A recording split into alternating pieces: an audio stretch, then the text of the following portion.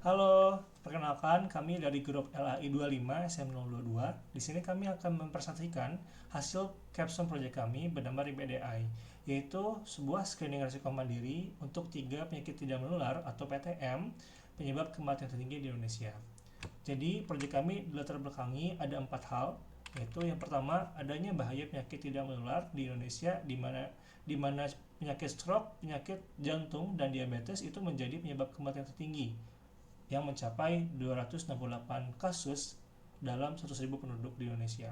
Kemudian yang kedua itu adanya masalah deteksi penyakit yang terlambat yang dapat menyebabkan pengurangan dari keberhasilan pengobatan, penambahan biaya, dan juga penurunan kualitas hidup pasien.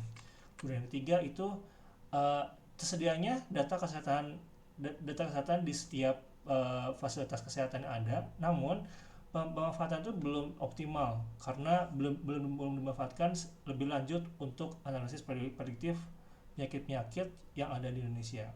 Kemudian yang terakhir itu perlunya solusi cerdas untuk deteksi dini penyakit dan dilihat dari perkembangan teknologi yaitu kerjasama buatan di sini menurut Badan Riset dan Inovasi Nasional berpotensi membantu diagnosis penyakit dengan akurasi yang tinggi dan sehingga dapat membantu deteksi dini penyakit tidak menular. Baik, selanjutnya kami akan menjelaskan mengenai alasan proyek kami dibuat. Seperti yang sudah dijelaskan sebelumnya mengenai 4 poin latar belakang, kami dapat simpulkan dalam satu masalah berupa belum adanya sistem screening penyakit tidak menular yang memanfaatkan data kesehatan. Oleh karena itu, kami mengajukan sebuah solusi membuat aplikasi web berbasis machine learning yang mampu prediksi penyakit tidak menular. Selanjutnya, kami menelusuri apakah sudah ada hasil yang sudah ada. Ternyata sudah ada penggunaan deteksi penyakit tidak menular menggunakan SVM, Random Forest, dan Neural Network. Akan tetapi, sebagian besar hanya fokus pada satu penyakit dan belum terintegrasi ke aplikasi berbasis web atau mobile yang mudah digunakan masyarakat awam. Baik, selanjutnya kita masuk ke implementasi. Jadi untuk melatih model machine learning, kami menggunakan library TensorFlow dan scikit-learn ya.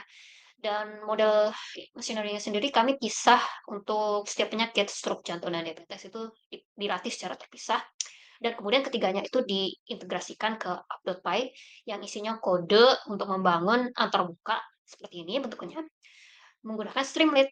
Nah, untuk mendeploynya sendiri kami menggunakan Streamlit Cloud dan karena Streamlit Cloud itu membutuhkan GitHub sebagai penghubungnya ya untuk mendeploy.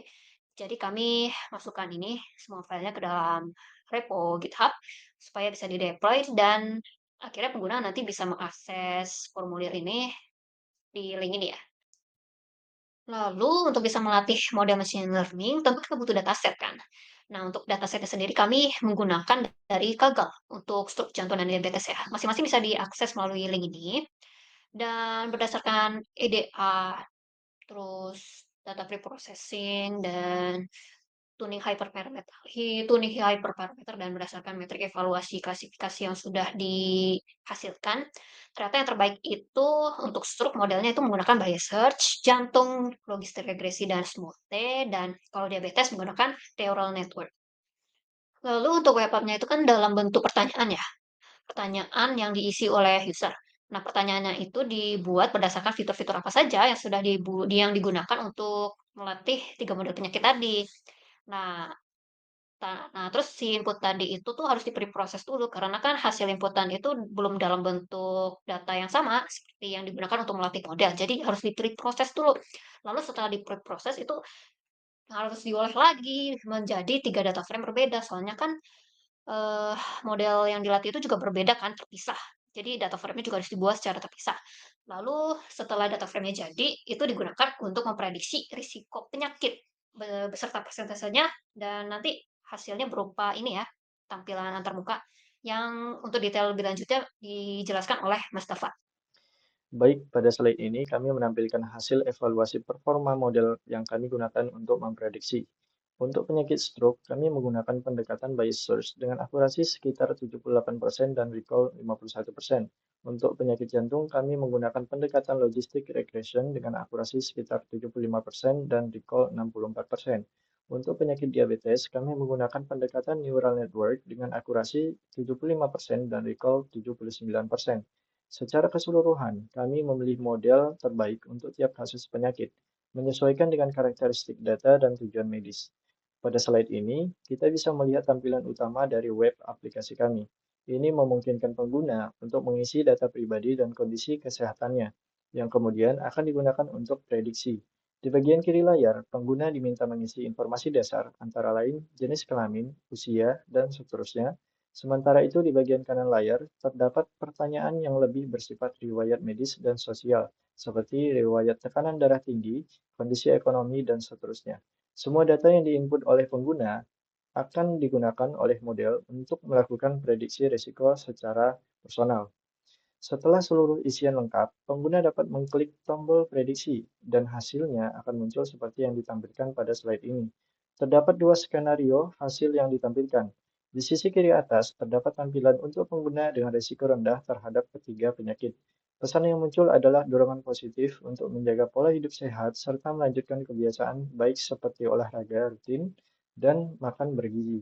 Di bagian kanan bawah, kita bisa melihat skenario ketika risiko stroke dan diabetes terdeteksi tinggi, yaitu masing-masing sebesar 61% dan 55%. Dalam kasus ini, sistem secara otomatis memberikan peringatan berwarna merah yang menandakan urgensi, dengan anjuran kepada pengguna untuk segera konsultasi ke dokter dan mulai pola hidup sehat yang konsisten. Selanjutnya, mengenai dokumentasi akan dijelaskan oleh Mbak Dina. Oke, selanjutnya untuk dokumentasi dari Remit AI ini bisa diakses di repositori GitHub ya. Ini linknya. Jadi ini bisa diakses di sini untuk reponya, isinya ini ya. Untuk detailnya bisa dibaca di README. Ada deskripsi, ada struktur repo-nya, ini ya, strukturnya sudah dibuat dalam bentuk ini, dengan keterangannya sebagai berikut bisa dibaca. Terus sumber dataset juga sudah ada linknya di sini, bisa dibuka.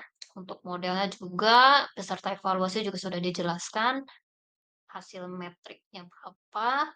Kemudian untuk menjalankan aplikasi web stream itu juga sudah ada panduannya, kalau mau menjalankan di terminal lokal ya. Tapi kalau mau menjalankan secara langsung secara online juga bisa melalui link ini, sudah dicantumkan juga di readme-nya. Jadi ya, untuk dokumentasi bisa diakses langsung di GitHub ini ya. Di sini kami akan menyampaikan rencana pengembangan proyek kami. Mulai dari jadwal perencanaan, terdapat 6 kegiatan yang kami rencanakan untuk berjalan di dalam 6 bulan, mulai dari Agustus 2025 sampai Januari 2026. Selanjutnya, untuk rancangan anggaran, kami mengestimasi biaya untuk kebutuhan yang kami buat dengan total 8-10 juta. Untuk kebutuhan yang kami buat sudah terlihat di presentasi kami seperti cloud server, domain, dan SSL, dataset, dan lain-lain. Selanjutnya untuk resource yang dibutuhkan, kami membutuhkan tenaga pengerjaan berupa project manager, ML developer, backend developer, front-end, dan lain-lain yang sudah tertera di sini dengan jumlah dan jam pengerjaan seperti yang sudah tertera. Terus yang kami perkirakan yang kami butuhkan seperti TensorFlow, Python, dan yang lain-lain. Untuk detail lebih lengkap bisa kami tunjukkan pada project brief yang kami buat.